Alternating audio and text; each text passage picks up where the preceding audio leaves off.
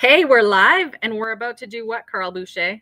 This is day one, the first reveal of our pan-Canadian Advent calendar. Stay tuned. Woo.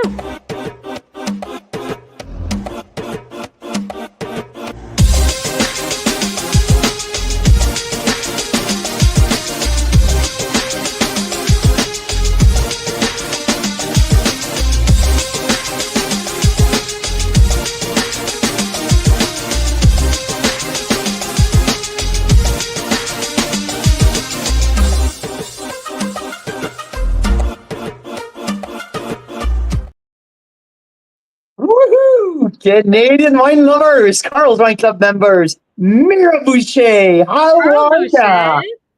Doing How are great. you? Doing great. Yeah, look, we got our tree here. I mean, the holidays are around the corner.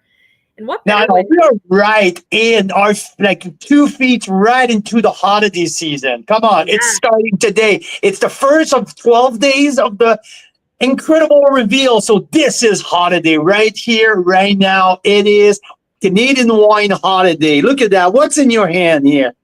This is the first wine of the 12 bottle calendar. I mean, members who ordered it have these wines to taste with us. But if you didn't, that's okay, because every night it's just a chance to relax and learn about Canadian wine. And we're going to go coast to coast. Like, we're going to go all the way from Nova Scotia to Ontario to BC and learn about Yeah, all and this. I mean, like when we say Ontario and Niagara and BC and Okanagan Valley, we're talking about very specific little sub-appellation that we're going to dig deeper.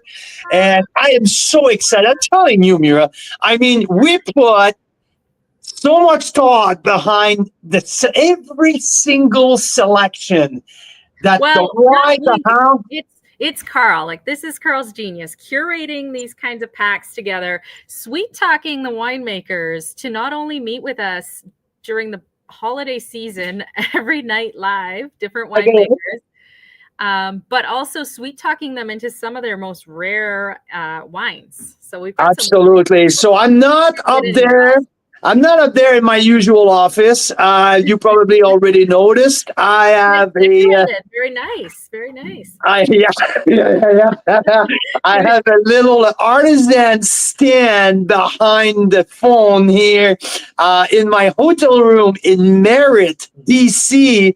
On the way to Kamloops, we are in a hockey tournament with one of our sons. Anyway, I'm on the road. Mira's at home. She has the bottle number one. But Mira, before we start, I would like to our members, people, either if you have the calendar or not, I want to know, put in the comments, what did you think of the package when you got it? Was it nice? Were you happy with it? I mean, how excited are you to start that journey with us, the pan-Canadian journey? I mean, how freaking exciting is that? I don't know, but I am so thrilled. Yeah, as we were packing these up, I was like, they're like a box of chocolates, but like massive, you know? And Jean Benoit was telling me, because unfortunately, Jean Benoit had to go to his house. Oh, whoa, I can't say that right away. Our winemaker today was asking me about, hey, Carl, did you put little doors in the Advent calendar so people can take the bottle out of the little door? You remember when you were little, these Advent calendar, you're opening the little flap, and so we had a good a good joke about that. Our winemaker feature and I today. Anyway, for the people who ordered it, I believe that they probably already unwrapped the goods. It's probably already out. It's probably already out of the fridge. It's cold. It's bubbling in your glass. And Mira, I don't know. How do we want to do that? Should we start with you unwrapping what we have to taste tonight? And from there, we're going to start talking about it. Should we do just that? Yes, I would like to do that. I'd like to show you where this winery is, because it's really beautiful. So you're going to be the Vanna White. You're going to be the Vanna White of the Advent calendar, showing us. Sure. So, I mean, Daryl had to abstain from shaking the presents to try and hear what they are, because with wine you don't want to do that, I guess. But yeah, it's like being a kid again with this advent calendar. So shall we do it? Let's do it. Absolutely. I mean, And I'm just gonna like and rip it open.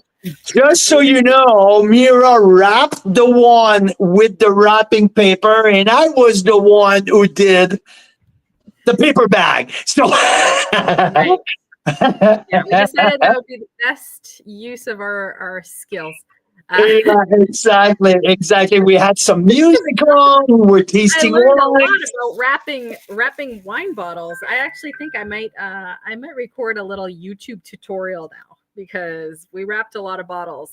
And There's some great stuff. if you're just tuning in on that and you're wondering what's going on, it's the 12 days of Christmas. We have released our first ever Pan Canadian Advent calendar, and we have 12 wines from 10 different sub-appellations across the country. Every From night starting Michigan, today Brazil. until the 24th of December, we will host a winemaker either on a pre-recorded interview or on a live interview to talk about their wine.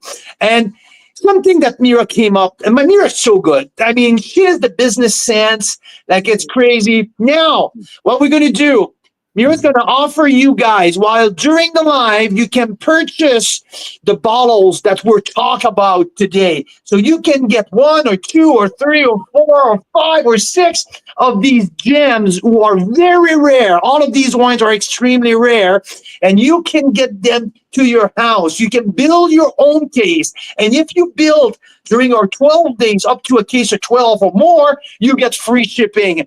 After the 12 days of Christmas, we're going to consolidate all of your order, build your case, and ship that over to you. So it's going to hit your house just after, probably just after the first week of January. So super Unless you're cool concept, Mira. You freaking rock. I didn't even thought of that, but now I want to see what's in that yes. wrapping Okay, there. so here we go. So Stacy, Jeff, you guys are like, it's like Christmas morning. Daryl, have you guys, I'm assuming you've opened it. We kind of gave the hint a few times that this is Benjamin I mean, Bridge. this one was not rocket science. I mean, I said it. I showed it. But nobody knows what Benjamin Bridge. And we said it's a Benjamin Bridge that if you've ever had your hands on it, I want to know who you are because it's super small lot and they don't even release it to their full wine club. I don't think it's just certain wine club members that get special access. So here we go. Ready? Oh, look, there's no label on the back. Nope. That's And how you then know it's Daryl super says, small P.S. lot. It's mighty fine. So we got the Daryl seal of approval already. Woo! This is Benjamin Bridge non-vintage reserve. So that's the difference here. It's the little handwritten reserve on the label. So it was so, if you show the label closer, Mira, again, and you see the alcohol percentage. If you have a bottle at home, you'll notice these were hand labeled and these were not even printed. The percentage of alcohol is not even on the bottle. So just so you know, it's kind of an illegal. It's like it's not supposed to be there. But I can tell you, it's a 12% alcohol. Yeah. It's a 12% alcohol sparkling wine, traditional method. It's a 60% Chardonnay, 35% Acadie Blanc, which is the king grape in Nova Scotia, and 5% Pinot Noir. So we have a very high-end traditional method, so champagne method wine here from Nova Scotia, from the Gaspereau Valley, just like 100 kilometer, not even 100 kilometer from the Bait Fundy, which is one of the world wonder. That this is the highest tide in the world. This is something really, really, really unique spot in the world, and they make some of the very most famous sparkling wine. And just so you know, that wine that you have there made it to the grand opening of Gordon Ramsay's flagship restaurant in London. I think it was, yeah. That is cool. That is cool. really, really, really cool. So Benjamin Bridge Reserve. There's wine in the base wine because it's a non-vintage. There's wine all the way back to 2002 in that base wine. Wow. So texture, layers, complexity, and the finish. The finish is just so amazingly salty and seashell minerality. This wine is exceptional. I gave it a 92 plus point, or 93 points. I'm not sure what I settled on, but I love that wine. I'm just activating. I'm activating your tasting notes on the site. So just one sec here, but I think it's 92 plus you gave it. Yeah, an outstanding, and more than just the score. I believe that it's just a unique style of sparkling wine. And like Jean-Benoit will explain in the interview that we're going to put in a few minutes, it's stylistically Nova Scotia. Yeah, they do R&D, research and development with Champagne and like other places in the world. But what's in the book's in the book. They know what Champagne is out. Now their job is to push the envelope outside the box of extracting the Nova Scotia terroir. They don't want to be Champagne. They don't want to be other places. They just want to be purely Nova Scotia. And I mean, this is so freaking cool of a wine that, $55. You don't break the bank. I mean, it's not cheap, but it's very well priced sparkling wine from a very unique place. And the wine has just a gorgeous personality. It's energetic, it's focused, but there's also layer and texture. So for me, when I taste a sparkling wine, I like my Blanc de Blanc.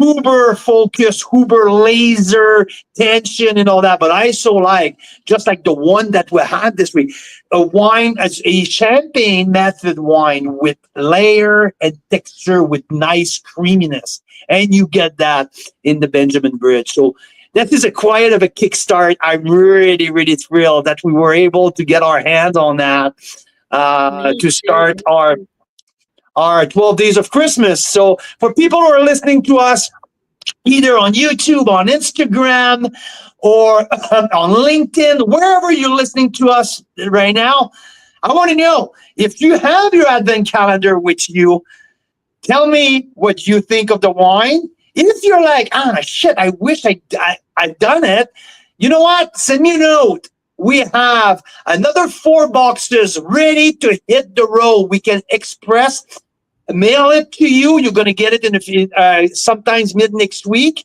and join the party sometime next week.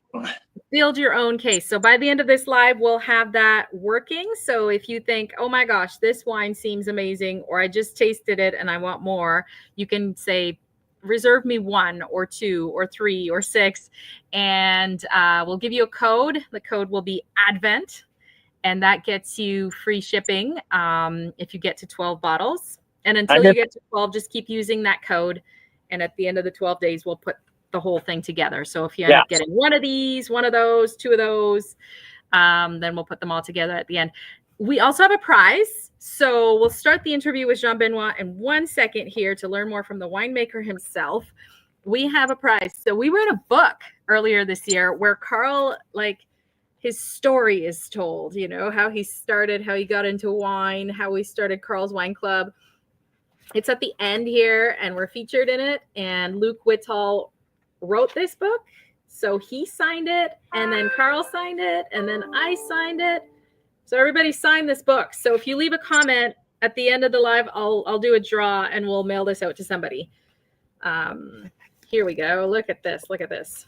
It seems like Mira that I underscore my sparkling wines a bit.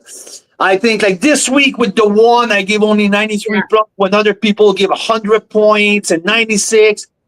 Now Yeah, Daryl, I I'm agree with rating you. this one 92 plus, and I'm getting crap already from people in Ontario who says that I'm not rating high enough. So Daryl can be pretty stiff on his scores sometimes. Sometimes he's like, maybe Carl, you might be juicy on that a little bit. No, this time Daryl say, well, he's probably going to score that wine higher than I did. So I'm glad to I hear. mean, I'm glad. someone gave the bubbly that we're featuring this week from Noble Ridge 100 points. Another person gave it 96. Carl gave it 93 plus. So I think But I have to harder say. on the bubblies. I have to say, guys, when we tasted last couple weeks ago the 1 gram reserve from Noble Ridge and the Benjamin Bridge, we had it side by side. And on the Mira's perspective, Benjamin Bridge was quite There was a ahead. hole in that glass. We had other ones open, Yeah. but that glass kept emptying. Yeah. Mira was quite ahead on the Benjamin Bridge that I was. So I mean, this is really cool. Different style, but yeah, this is a gorgeous, gorgeous sparkling wine. So here we are. That's our reveal number 1. Tomorrow we're gonna have another one. Now tomorrow I can give a hint. I can tell you guys that it's gonna be a Canadian wine. Yeah. We'll have a Canadian wine tomorrow. Okay, and it's a Canadian red. It's a red. Okay. It's a red. It's a red tomorrow, you're but it's thinking and it's Canadian. I think a little bit like a meal. We're starting with the bubbly, and then from what I know of this red tomorrow, it is not your big red that goes with the. I want to warm up the audience a little bit. I wanted to warm up the audience, but quite quickly we're going to move towards bigger wines. But I had to warm up the audience a little bit. I have to say once again how exciting it was to put that together, and now to reveal it. It's really cool. Very cool. I just want to say, we're going to talk much more in depth about that on Wine Wednesday this next week. But I just got a call from Ontario last week. There was a very special dinner at the Vintage Conservatory with l'Académie du Vin and our friend Mark Nadeau, who had some outstanding international wine listed on a dinner. And a couple of our Canadian wines were part of it.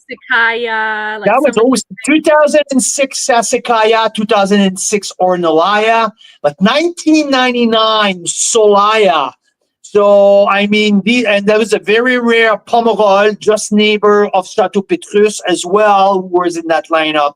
Wow. So I just got a call from Mark saying that the surprise wine of the night was Da Silva Vineyards 2012 Merlot Legado. That was the surprise, and like it was unanimous. The whole crowd voted that wine the surprise of the night. And even more impressive, 3 of the 12 special guests voted the Da Silva 2012 Legado Merlot the top wine of the night. This is pretty fucking mind-boggling. So I just wanted to, we're going to talk about it. I know it's not the platform here. We're talking about our reveal, about our pan-Canadian advent calendar, but just that news makes me so happy because this is the aftermath of the dinner we've done in April last year. And these 2 bottles were the leftover of that dinner. And that's why Mark used them in that very special dinner he did again. And now we're just seeing people warming up to the Canadian potential, especially in the category of international wine collectors. And that makes me really freaking happy. And the reason why I bring that up, it's because in that original dinner, one of the highlights of that night was Benjamin Bridge.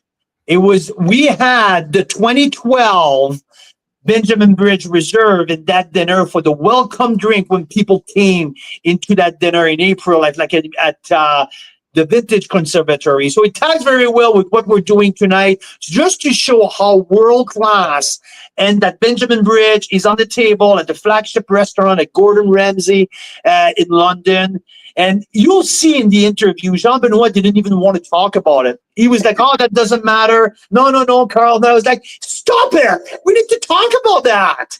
I mean, these are incredible feats for our winemakers. So right. let's Canadians are so understated about ourselves, right? I know. We try to be humble.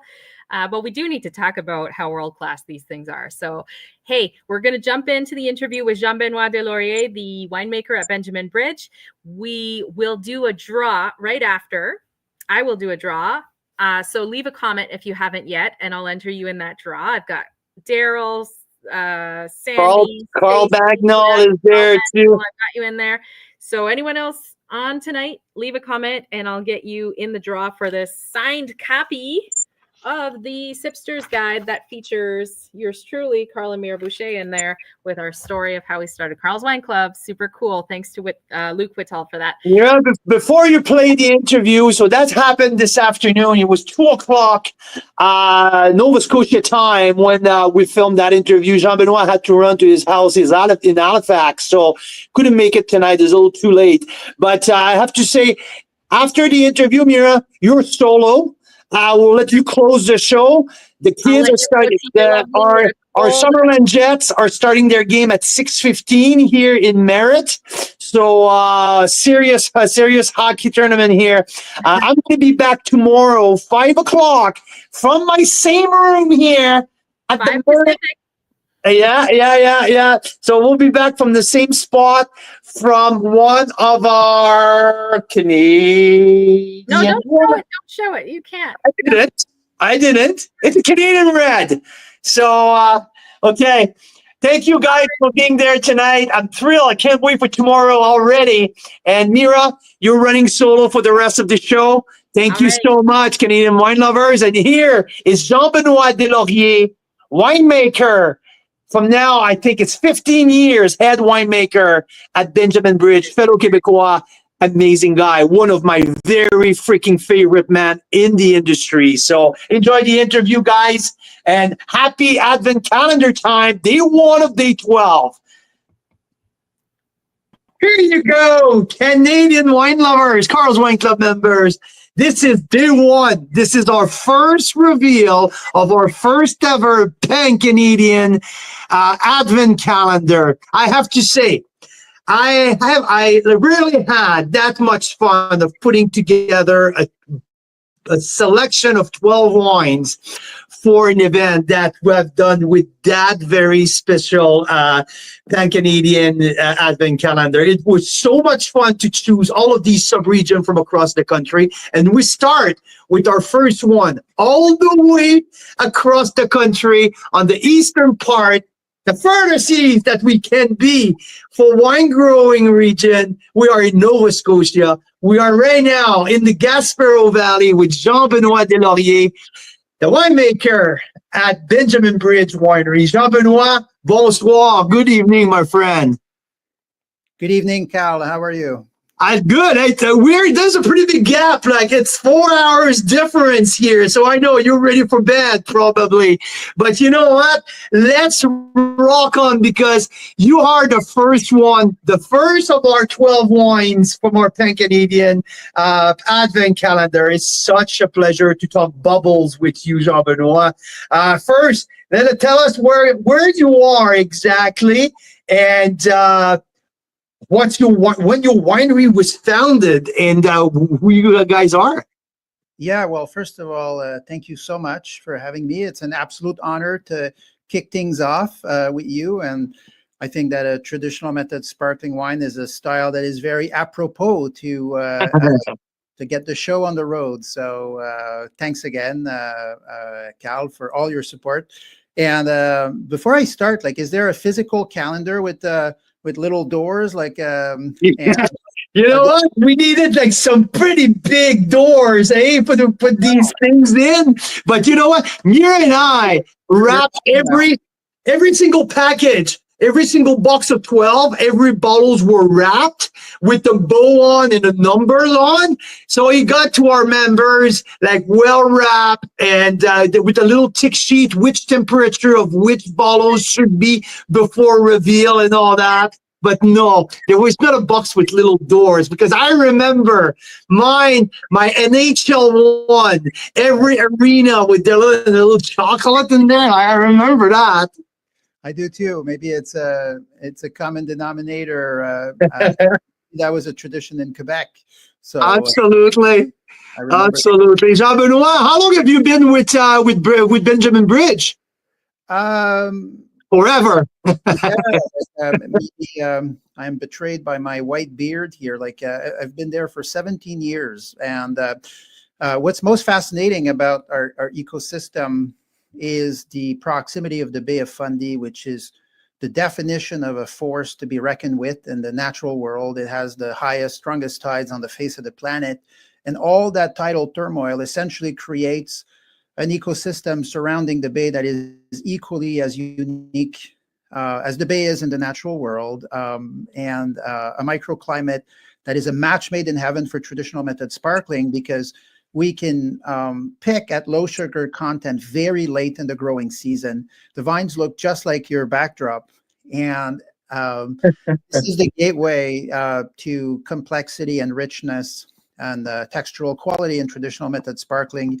The grapes have to be picked at low sugar content. So in warmer areas that are not as moderated,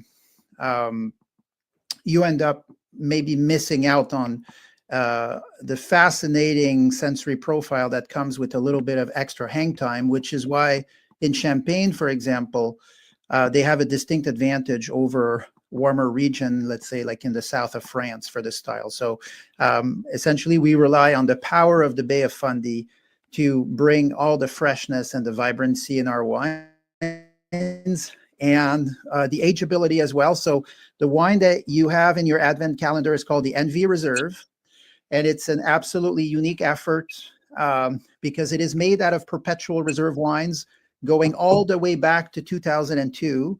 So much like a Spanish Solera, every year we steal from it a little bit and then we replenish it.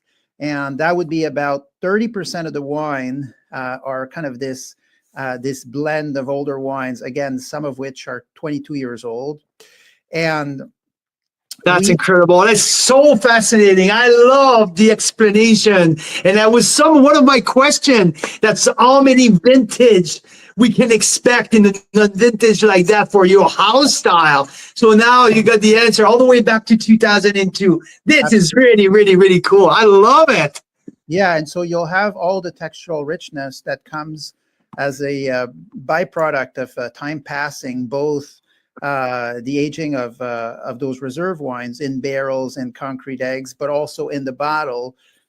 It's a wine that spent 6 years in the bottle, which is almost unheard of for kind of for non-vintage, right? Usually you see more time in the bottle on tirage for the vintage sparkling.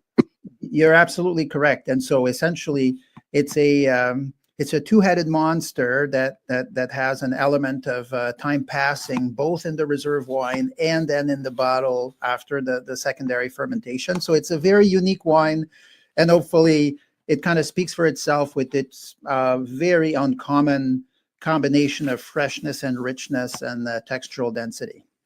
Natural depth and length and complexity. And one thing that people from all across the country who are passionate about sparkling wine, there's one thing that we found, especially on the finish of your wine at Benjamin Bridge, also from your region, it's the salty minerality. And it's kind of cliche. Oh yeah, we're like, you guys are by the Bay of Fundy, but no, that seashell minerality, that ocean feel truly reflect in the wine.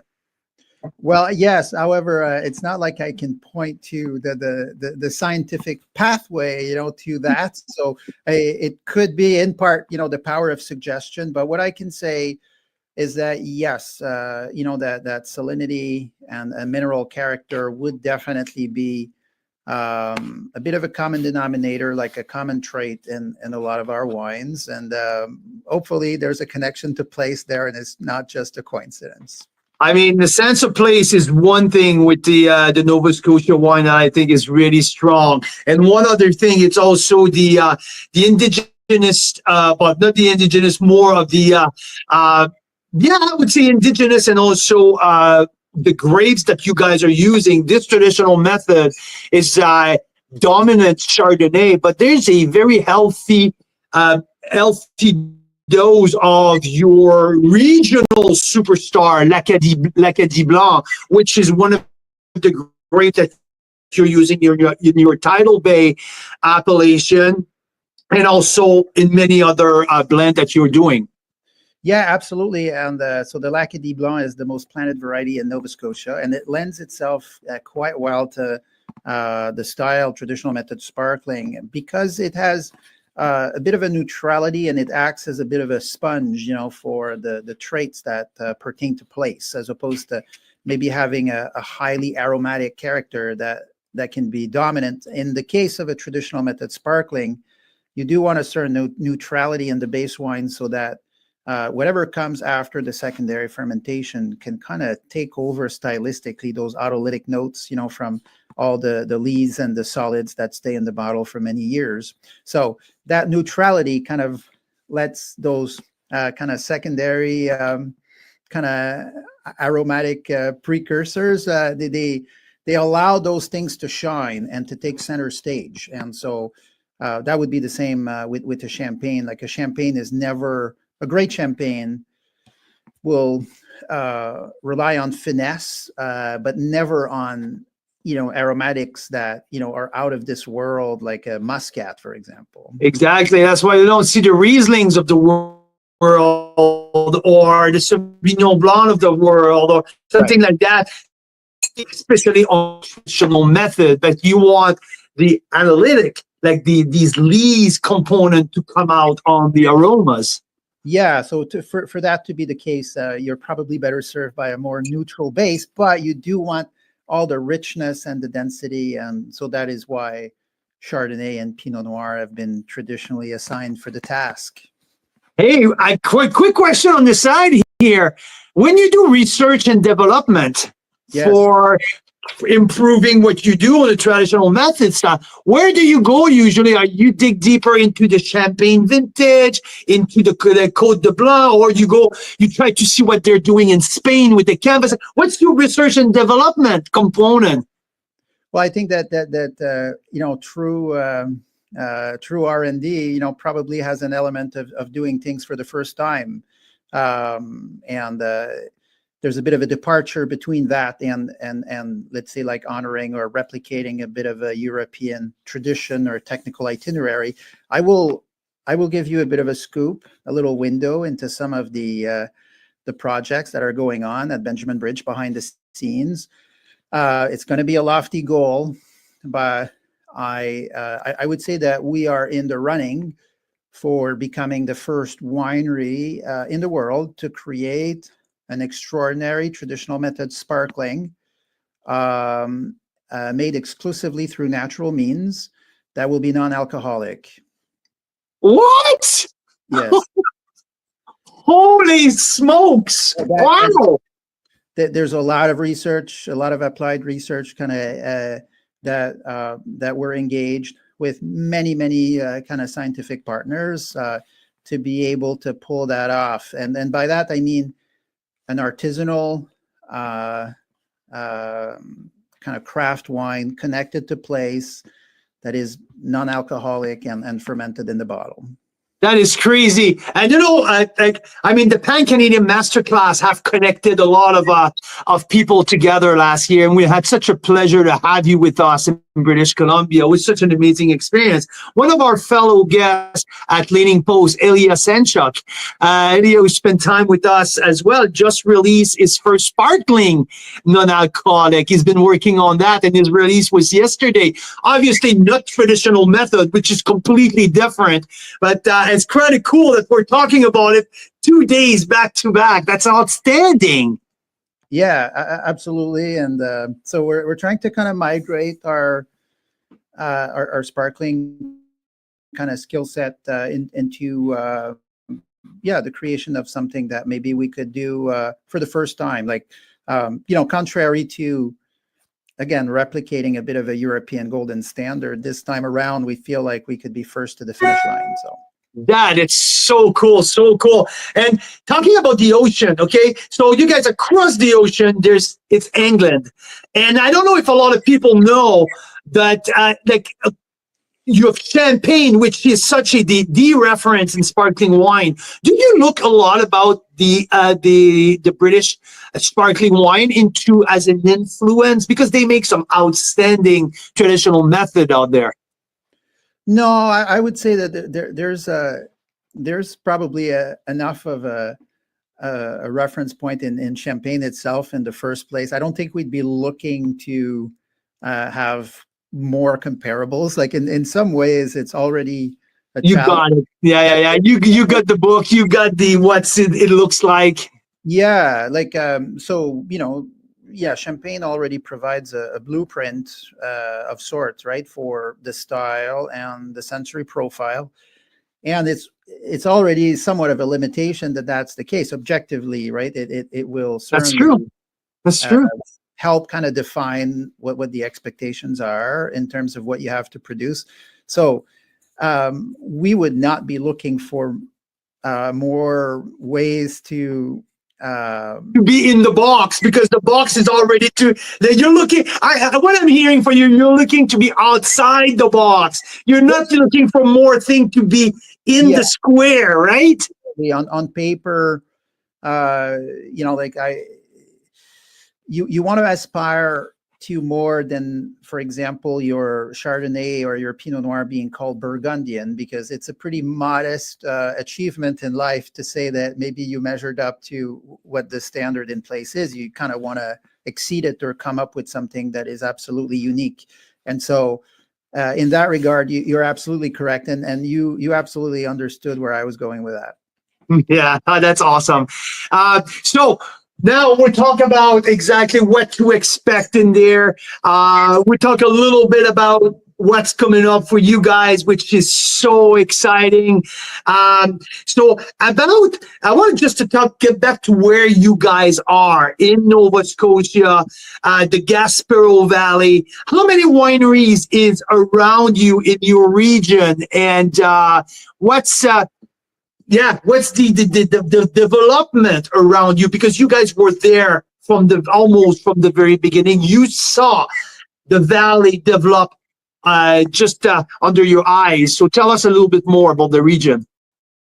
Yeah. So what I would say is that if you're familiar with the BC wine industry, or the Niagara wine industry, or the Ontario wine industry, or the Quebec wine industry, well, of course, Nova Scotia does not have that critical mass. We're on such small scale in comparison. We're talking about approximately 15 wineries in the province, more or less. So clearly, that would be a differentiator. However, one could argue that based on the limited number of wineries that we have and how much Nova Scotia Wines is making waves nationally and internationally, we may very well be punching above our weight class in that regard. So I don't know that one could assume that the Nova Scotia winery is the wine industry in Nova Scotia is a little larger than it actually is. It's pretty small.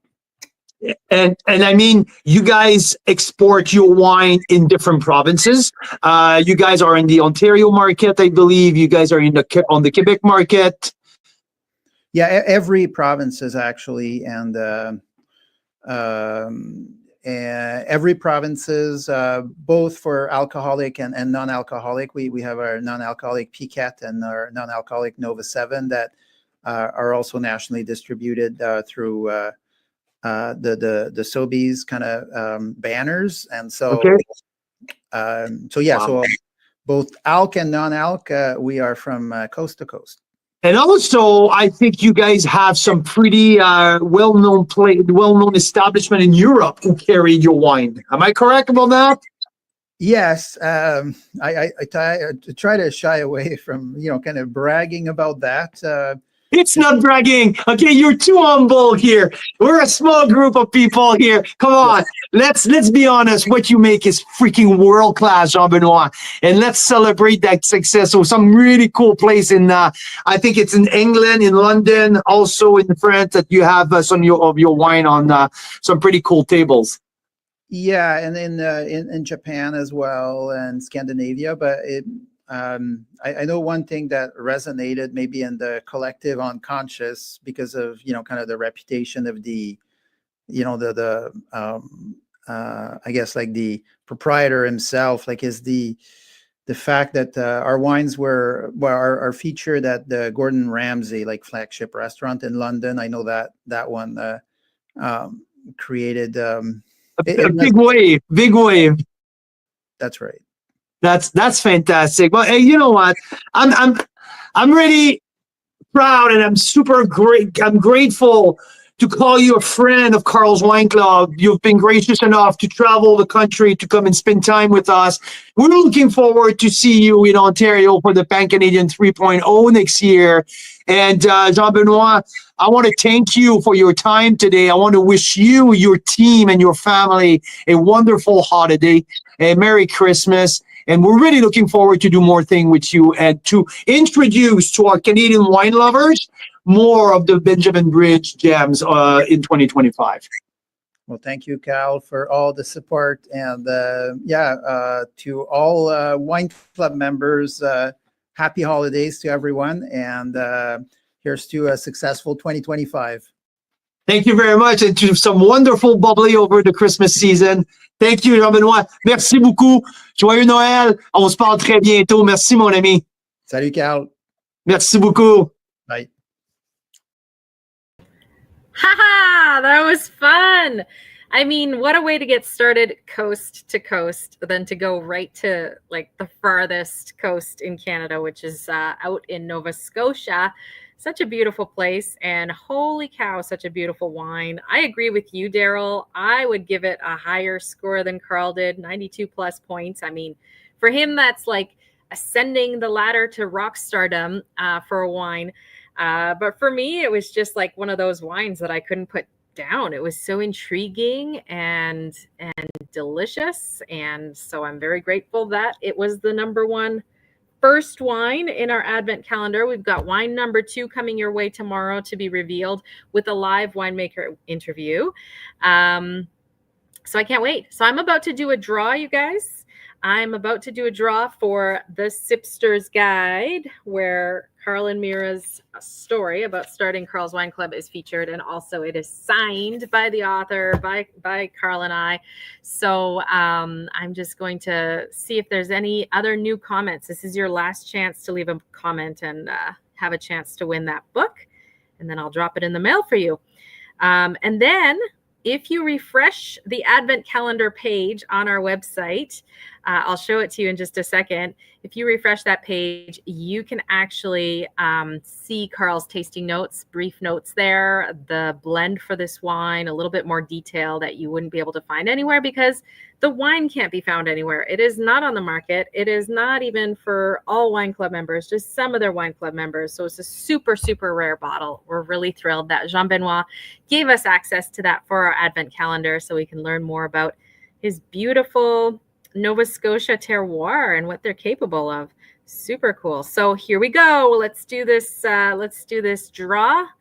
And while we're in there, I'll show you guys how you can order your own mix and match Advent pack as we reveal these bottles. If you go, oh, that sounds really interesting. Let's try one of those. And then we'll try one of those on day 3 or day 6 or day 12.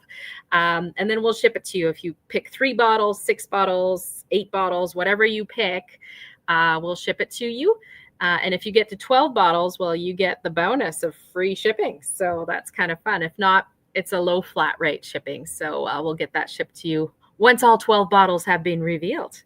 Check this out. So we've got people's names who have left a comment right here. Check this out. See, it's worth leaving a comment because one of you 5 is going to win. There we go.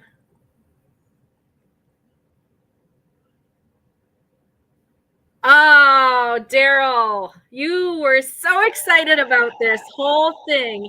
And now you won the first prize. So there you go. It pays to be a super fan of Canadian wine, Daryl. Way to go. Now you've got a little stocking stuffer if you have one of these already, because I think you might.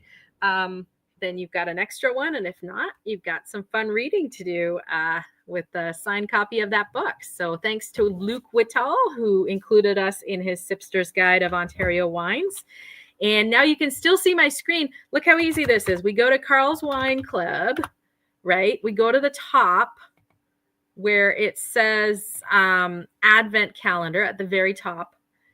And I will be updating that each day. So you can see the live we just did here with the interview. And you can see Carl's notes and extra info here. A little bit of info from the winery about this super interesting process they use for the non-vintage. And if you want to get that wine, you just like go add to cart, use the code ADVENT at checkout. Oh, I have a lot of wine in my cart. But if you use the code ADVENT at checkout, then you will not get charged any shipping, and we will know to put it all together for you and touch base with you at the end of the 12 days. So if you want us to ship the whole thing all together, we can do that with free shipping for 12 or more. If it's less than that, it would be just a flat rate, $20 to get those all shipped out to you. So it's a pretty cool way to get it. We do have some 6 and 12 bottle Advent calendars still left. So if you decide to jump on this and start opening these bottles on your own and rewatch these interviews later, that might be a possibility. So also in the same place there I just showed you on our website, Advent calendar at the top. So hope that was fun, you guys. It was really great to see everybody tonight. And also it is so much fun for us to put this together. I mean, we did a lot of wrapping in our spare time, but it was definitely worth it because it was just super fun. So thanks, everyone. Hope you have a fabulous evening. Happy wine. What is today? Friday? Yeah. Vendredi, right? Like vendredi.